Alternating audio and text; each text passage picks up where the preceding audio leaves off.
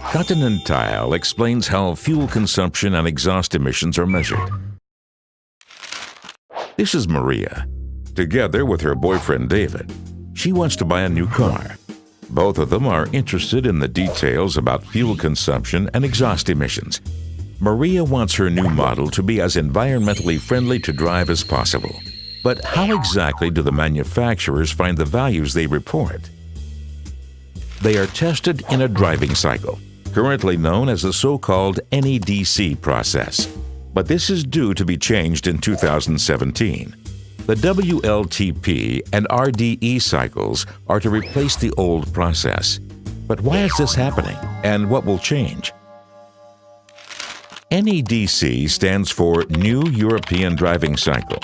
While the car is mounted on a test bench, carbon dioxide emissions are measured. This allows us to calculate fuel consumption. The only problem is that the test rig creates a laboratory driving situation under perfect conditions. This does not produce representative results, as when driving in real-life conditions, these values are typically higher. In order to record more practically relevant test results, measurements will now be taken using the WLTP process, also known as the Worldwide Harmonized Light Vehicle Test Procedure. This testing method also uses a test bench, but it produces more realistic results. Why? Changes in the test cycle and stricter test requirements create more realistic conditions. For example, the test is carried out using 4 different speed phases, which feature different levels of braking and accelerating.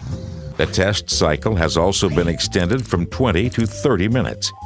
Compared with previous methods, the test also accounts for the weight, aerodynamics, and onboard power supply demands of special features and equipment. But that's not all.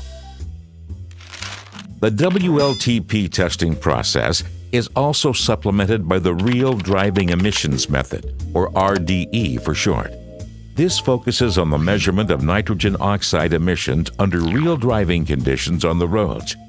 While the new testing procedures do lead to more reliable carbon dioxide and nitrogen oxide data, however, the results will first be higher due to the more realistic nature of the tests.